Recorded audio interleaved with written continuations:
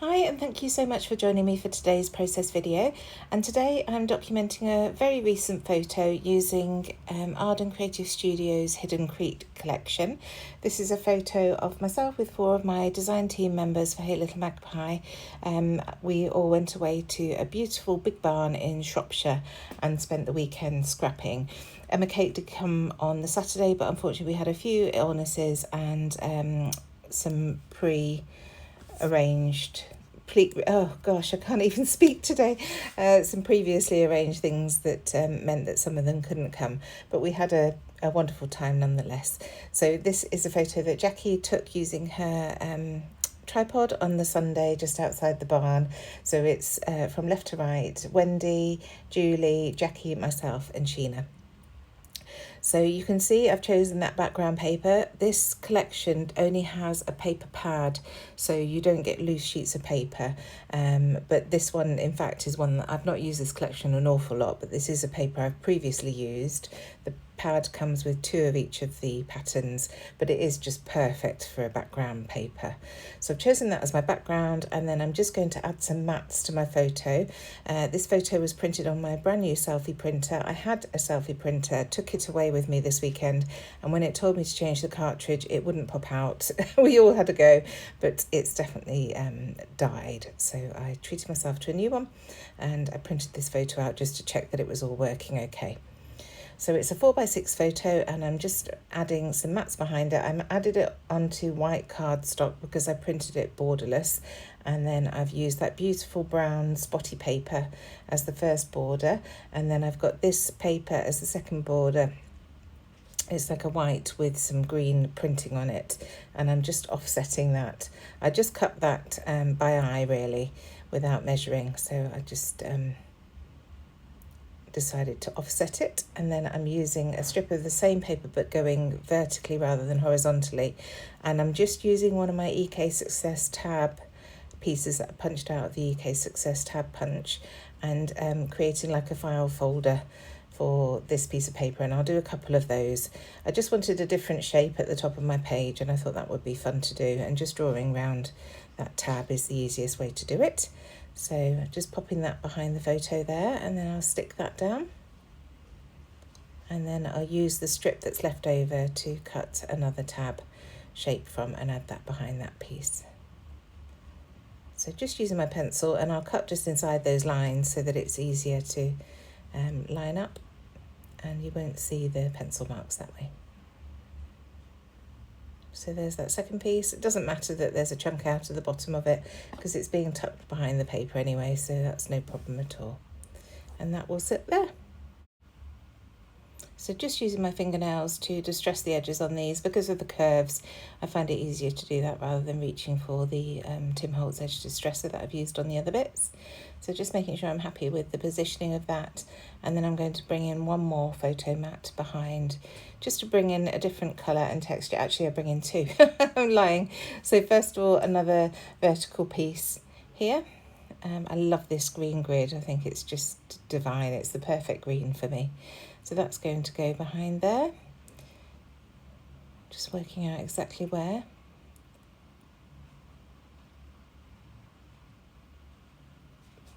And I'm sticking all these as a block as per usual so that I can add some mixed media and things to the background before I actually stick them down to the page. So just distressing those edges. And then I'll bring in the last piece, and it is the reverse of that paper. It's that lovely blue and green floral. I just want to add a strip of that across the bottom. And most of these, if not all of them, are scraps from previous layouts I just had sitting inside the paper pad. So just pulling those in to add as mats.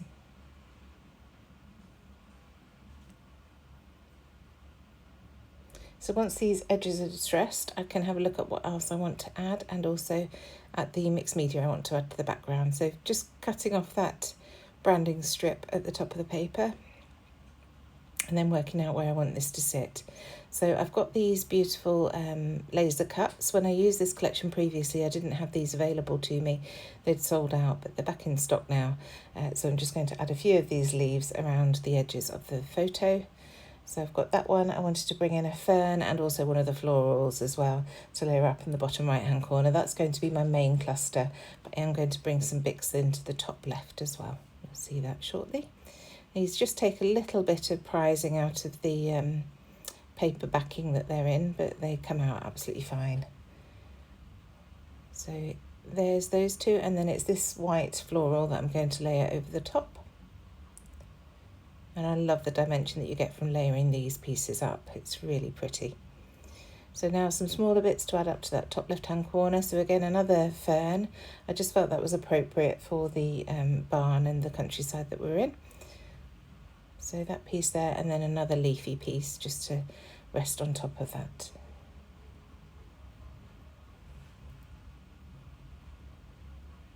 And that's just going to go around about there. I'm not going to stick them down yet because, as I say, I want to add some mixed media to the background. So I'm just trying to position things and work out how the layout is going to go and what shape it's going to take.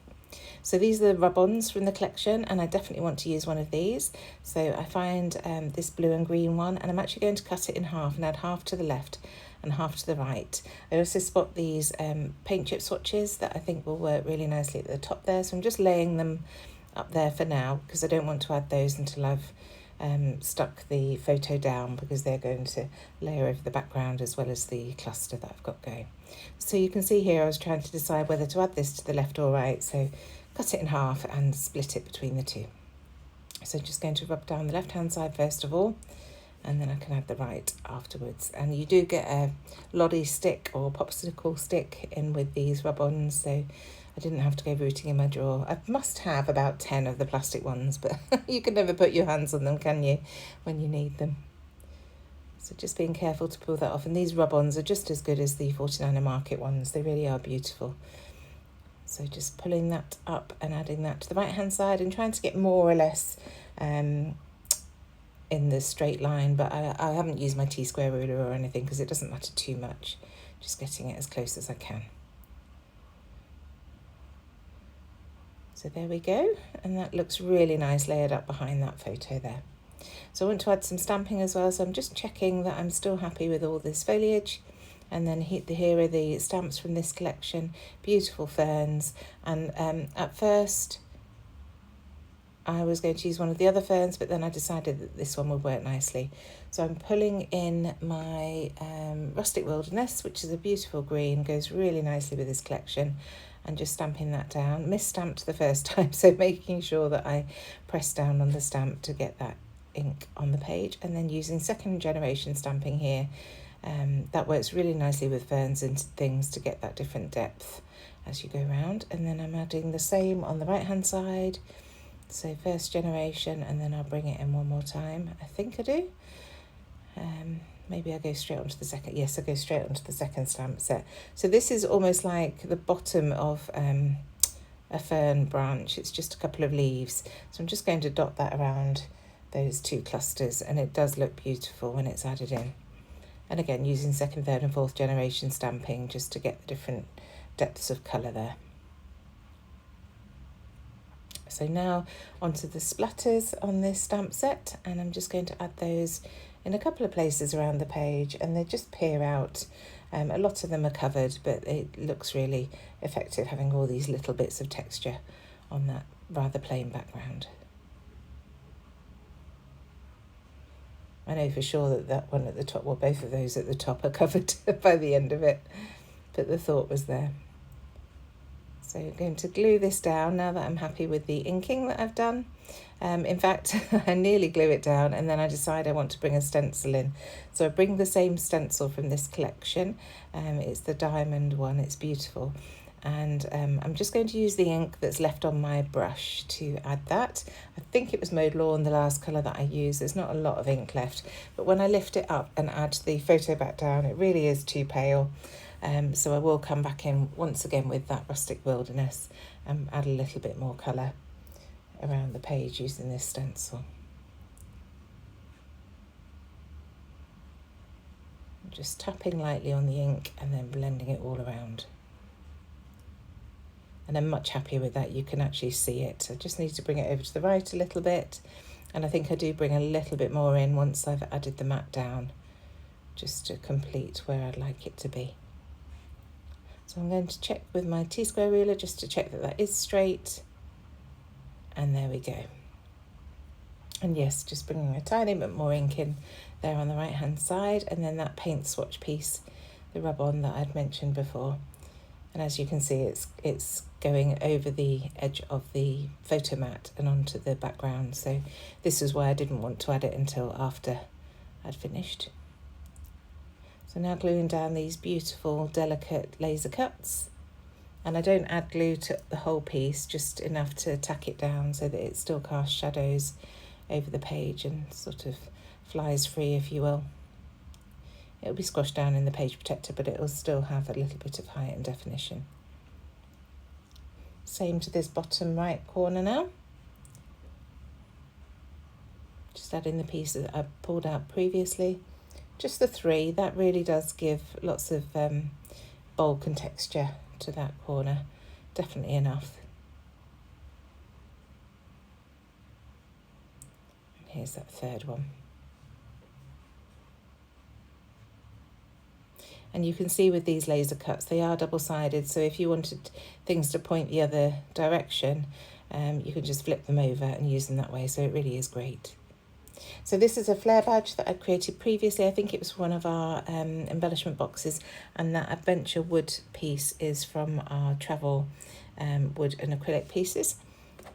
So I'm just adding those to the page, but I wanted to add some black thread behind my flare, so just wound that around my fingers and then loosely put it onto the page, and now I'm just gluing it down strategically with the flare on top. So once that's down, I'm going to have a look through the die cuts, which I haven't been through yet, just to see what else I can find to add to the page. I just wanted a few more bits. I just felt the page wasn't quite finished yet. First of all, the title. So I'm digging into my alphabet stash, and I found these beautiful foam stickers. I've used these previously, quite recently. They are gorgeous gold foam stickers. So I'm putting Big Barn, which was the name of the place, and then those green stickers that I'm using are really old basic grey ones. I think it was Lime Ricky, I forget which collection it is. I've got them here. Oh, it just says Olivia. I can't remember which collection that is now, but it was fun to dig those out and get them used. So I just put Craven Arms underneath the words Big Barn, which is the town that we were in Shropshire. So now onto the die cuts. I found this Remember This piece, so that's going to tuck underneath the left hand side next to that adventure, and then some little circular pieces come into play as well shortly. So here's the first one, and that says The Best. So I'm just going to add that next to that flare badge. They're both the same size, but it looks really nice layered up like that. And then this one says Captured, and I'm going to add that to the left hand side. So I still want to add my date to one of those file tabs at the top, and I do find a couple of other pieces, but I noticed this frame and I just thought that would be really nice to finish that diagonal that I've got going on. So I'm just going to tuck this behind that top corner and then add some glue just to hold it down. And it's tone on tone, so it's very subtle, but it really does bring in a different dimension at the top there. And then I wanted to bring in this yellow butterfly to mirror the gold on the titles and also the sort of yellowy gold of the wood veneer piece that I've got on there. So that works nicely in that top left hand corner there.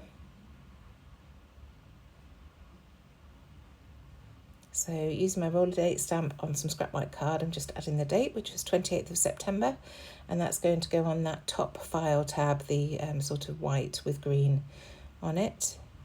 I did try it on that other one, but I decided it's better up here. And then I'm going to bring in that craft label that I'd used to draw around, just to add a third label shape up here, and that will hold a little word phrase that I find in the embellishments that says Together.